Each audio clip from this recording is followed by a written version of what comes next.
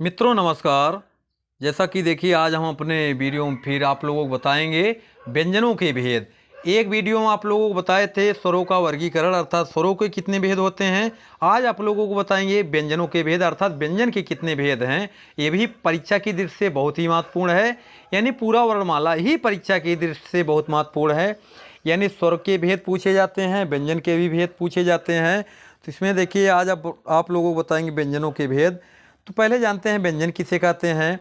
व्यंजन की परिभाषा है कि ऐसे वर्ण जिनके उच्चारण में स्वरों की सहायता ली जाती है व्यंजन कहते हैं।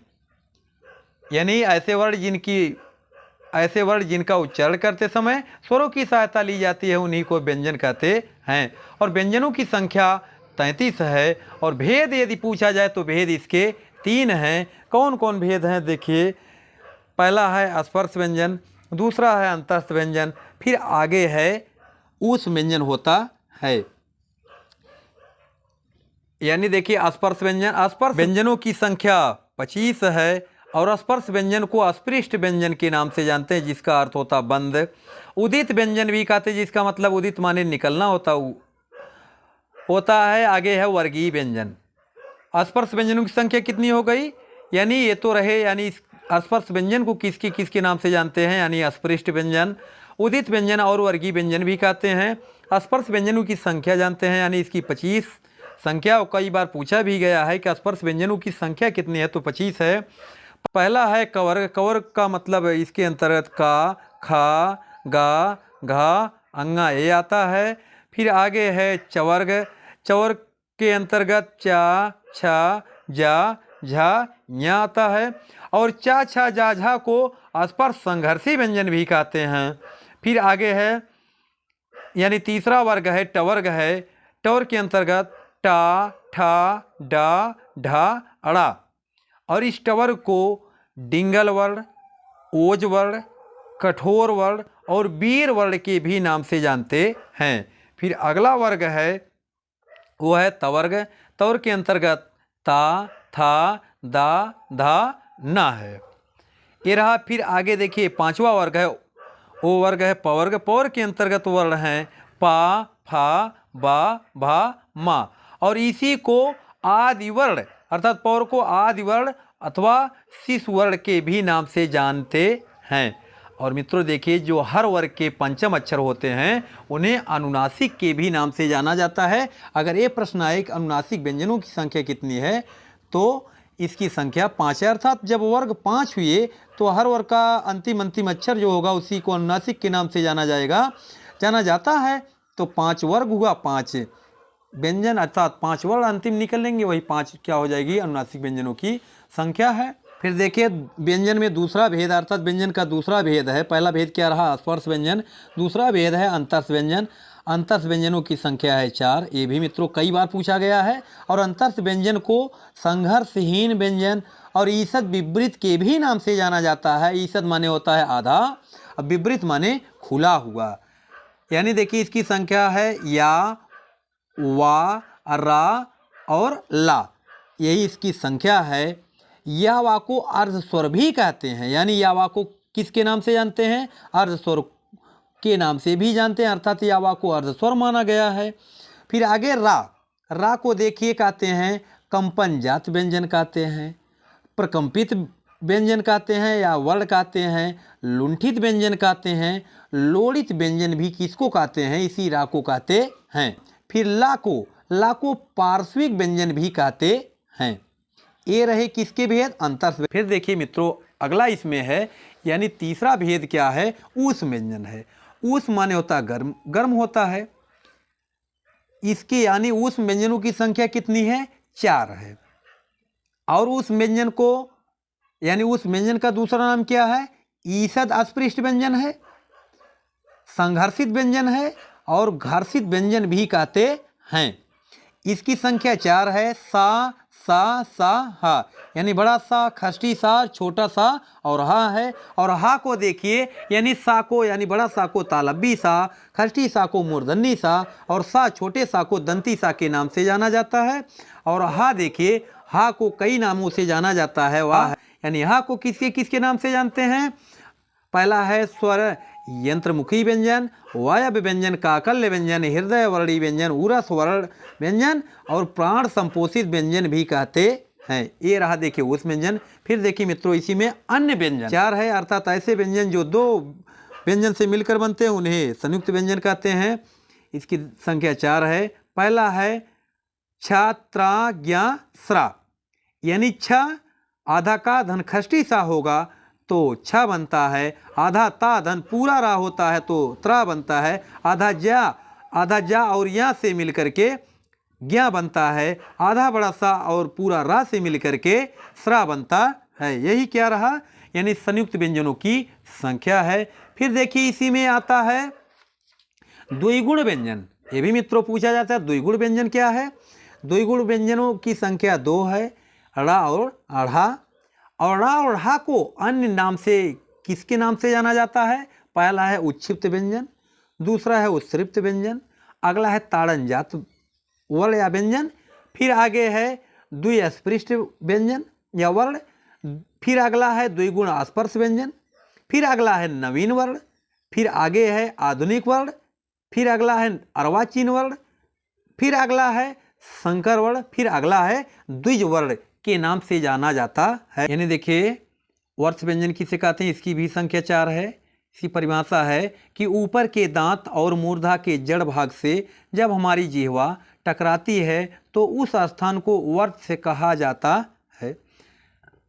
आचार्य कामता प्रसाद गुरु ने वर्ष व्यंजनों की संख्या 4 बताई है, अर्थात उन्होंने 4 माना है। वो है सा यानी छोटा सा, जा, रा और ला, यही क्या है, ये वर्ष व्यंजन है। जबकि डॉक्टर वासुदेव नंदन ने जा को वर्ष नहीं माना है, उन्होंने जा के स्थान पर ना को वर्ष माना है, वर्ष व्यंजन माना है। अतः उनके अनुसार है सा, ना, रा, ला है। ये देखिए वर्ष व्यंजन, यानी वर्ष व्यंजनों की संख्या 4 है। आचार्य कामता प्रसाद गुरु के अनुसार सा, जा, रा, ला और डॉक्टर वासुदेव नंदन के अनुसार है सा, ना, रा और ला। फिर देखिए मित्रों इसी में आगे आता है आगत वर्ण। आगत वर्ण किसे कहते हैं, जो वर्ण अरबी, फारसी और अंग्रेजी ध्वनियों के परिणाम स्वरूप हमारे हिंदी वर्णमाला में प्रयुक्त होते हैं, आगत वर्ण कहलाते हैं। पहले इनकी संख्या 6 थी, जिसमें 1 स्वर और 5 व्यंजन थे, और वो है आ, का, खा, गा, जा, फा। फिर उसी में डॉक्टर श्याम सुंदर दास जी के प्रयास से, यानी उन्होंने आ और खा को बाद में आगत वर्णों की श्रेणी से निकाल दिया, इसलिए उनके अनुसार 4 है का, खा, जा, फा। ये डॉक्टर श्याम सुंदर दास जी के द्वारा डॉक्टर भोलानाथ तिवारी ने आगत वर्णों की संख्या 2 स्वीकार की है, जा और फा। अतः मानक हिंदी में भी केवल जा, फा को ही आगत वर्ण माना जाता है, और आगत वर्णों की कुल संख्या है 6, आ, का, खा, जा, फा। लेकिन माना जो जाता है, यानी कुल आगत व्यंजनों की संख्या 6 है और 2 माने जाते हैं, वो है जा और फा, वो भी डॉक्टर भोलानाथ तिवारी के अनुसार। फिर देखिए मित्रों इसी में पूछा जाता है, फिर देखिए इसी में आता है अल्प प्राण, महाप्राण। ये भी प्रश्न पूछा जाता है। अल्प प्राण किसे कहते हैं, महाप्राण किसे कहते हैं। अल्प माने कम, प्राण माने वायु, यानी ऐसे वर्ण जिनका उच्चारण करते समय मुख से कम वायु निकलती है उन्हें अल्प प्राण कहते हैं। इनकी संख्या 19 है। आगे महाप्राण, ऐसे वर्ण जिनके उच्चारण में मुख से ज़्यादा हवा निकलती है उसे महाप्राण कहते हैं। इनकी संख्या है 14। और अल्प प्राण के अंतर्गत प्रत्येक वर्ग का पहला, तीसरा, पांचवा अंतस व्यंजन अर्थात या, वा, रा और ला ये होते हैं। और इसी में अर्थात अल्प प्राण में सभी स्वरों को भी रखा गया है, अर्थात सभी स्वर अल्प प्राण के ही अंतर्गत आते हैं। फिर महाप्राण है, महाप्राण में प्रत्येक वर्ग का दूसरा, चौथा और सा, हा अर्थात उस व्यंजन आते हैं। तो यानी अल्पप्राण की संख्या कितनी, 19। और इसी के अंतर्गत यानी अल्पप्राण के अंतर्गत प्रत्येक वर्ग का पहला, तीसरा, पांचवा अंतस्थ व्यंजन 4। फिर आगे देखिए सभी 11 जो स्वर हैं, स्वरों को भी इसी के अंतर्गत रखा गया है, लेकिन अल्पप्राणों की संख्या यदि आए तो 19 ही हैं, यानी प्रत्येक वर्ग का पहला, तीसरा, पांचवा और या वा राला। आगे देखिए महाप्राणों की संख्या है 14। इसके अंतर्गत आते हैं हर वर्ग का यानी प्रत्येक वर्ग का दूसरा, चौथा तथा सभी उसमें व्यंजन, इसकी संख्या है 14। फिर देखिए एक ये भी प्रश्न आता है कि घोष और अघोष आता है, यानी घोष को ही सघोष कहा जाता है, यानी जिन वर्ण या ऐसे वर्ण जिनके उच्चारण में हमारी स्वर तंत्रिका कांपती है, घोष वर्ण अर्थात सघोष वर्ण कहलाते हैं। और इसके अंतर्गत प्रत्येक वर्ग का, यानी सघोष रहेगा तो प्रत्येक वर्ग का तीसरा, चौथा, पांचवा सभी अंतस्थ व्यंजन और उस व्यंजन का हा तथा सभी स्वर जो 11 स्वर होते हैं वे घोष के ही अंतर्गत आते हैं। यानी सघोष के अंतर्गत कौन कौन से वर्ण आते हैं? प्रत्येक वर्ग का तीसरा, चौथा, पांचवा अंतस्थ व्यंजन सभी अर्थात या वा रा ला, और उस व्यंजन का हा तथा सभी जो 11 स्वर होते हैं वे घोष के अंतर्गत ही आते हैं। और घोष वर्णों की संख्या है 31। फिर आगे देखिए इसमें नंबर 2 पर आता अघोष। अघोष क्या होता है? यानी इसका उच्चारण करते समय हमारी स्वर तंत्रिकाओं में कंपन नहीं होता है, वही अघोष वर्ण होते हैं। इसकी संख्या है 13। इसके अंतर्गत प्रत्येक वर्ग का पहला, दूसरा, यानी जब तीसरा, चौथा, पांचवा इसमें निकल गया सघोष में तो बचा पहला, दूसरा, यानी प्रत्येक वर्ग का पहला, दूसरा तथा उस व्यंजन यानी हा को छोड़ करके हा सघोष में हो गया तो सा, सा, सा अर्थात प्रत्येक वर्ग का पहला, दूसरा और तीनों सा अघोष होते हैं और इनकी संख्या है 13। यानी देखिए जब प्रत्येक वर्ग का पहला और दूसरा निकल गया यानी 5 ही वर्ग हैं तो 10 ये हो जाएंगे और फिर 3 जो उस व्यंजन है वही हो जाएंगे, तो इनकी संख्या क्या हो जाएगी? 13 हो जाएगी। इस प्रकार से देखिए व्यंजनों का भी वर्गीकरण समाप्त हुआ। फिर आप लोगों से अगले वीडियो मिलते हैं, तब तक के लिए आप सभी को धन्यवाद।